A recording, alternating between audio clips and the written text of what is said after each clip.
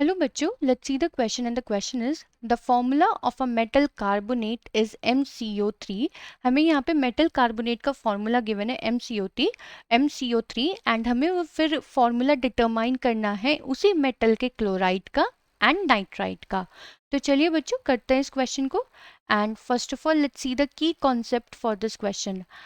अब बच्चों इस क्वेश्चन में हमसे बोला जा रहा है कि हमें इसी मेटल के फॉर्मूलाज डिराइव करने हैं क्लोराइड और नाइट्राइड के। और जब हमें फॉर्मूलाज चाहिए होते हैं तो हमें उसकी वैलेंसी पता होनी चाहिए। तो अगर हम बात करें मेटल कार्बोनेट की तो MCO3 है।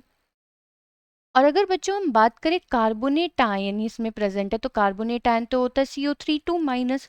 तो अकॉर्डिंग टू दैट बच्चों अगर हम देखें इस फॉर्मूला को एक्सपेंड करें तो इसकी वैलेंसी है 2।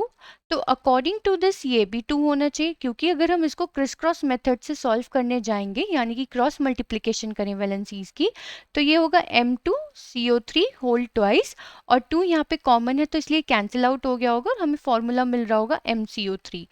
तो बेसिकली बच्चों जैसे मैंने अभी आपको स्टार्टिंग में बताया कि हमें मेटल की वैलेंसी पता करनी है, तो मेटल की वैलेंसी हमें यहाँ से पता चल गई और वो कितनी है 2 यानी कि +2।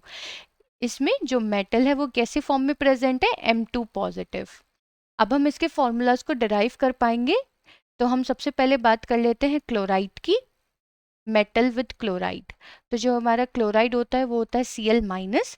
तो अगर हम इसका फॉर्मूला फॉर्म करें विद मेटल तो MCl, M की वैलेंसीज 2, Cl वैलेंसीज 1 एंड हम वैलेंसीज को क्रिस क्रॉस करेंगे यहाँ पे क्रॉस मल्टीप्लिकेशन और इसका फॉर्मूला निकल के आएगा MCl2।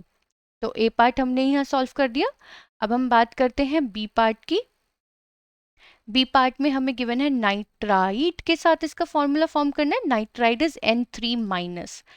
तो अब अगर हम यहाँ पे देखें M and nitrogen in negative form तो this is 2, this is 3, cross multiplication of valencies और ये आ जाएगा हमारा M3N2।